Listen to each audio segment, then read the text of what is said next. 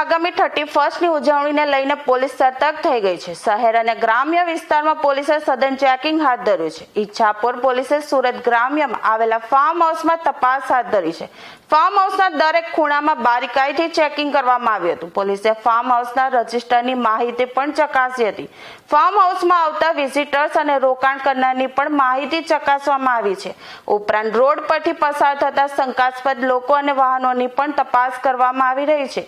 Breath analyser દ્વારા લોકોની તપાસ કરવામાં આવી રહી છે। પોલીસની આટલી કામગીરી હોવા છતાં પત્રના શેડની આડમાં બનાવેલો દારૂના બારનો વિડીયો વાયરલ થતા પોલીસ દોડતી થઈ ગઈ છે।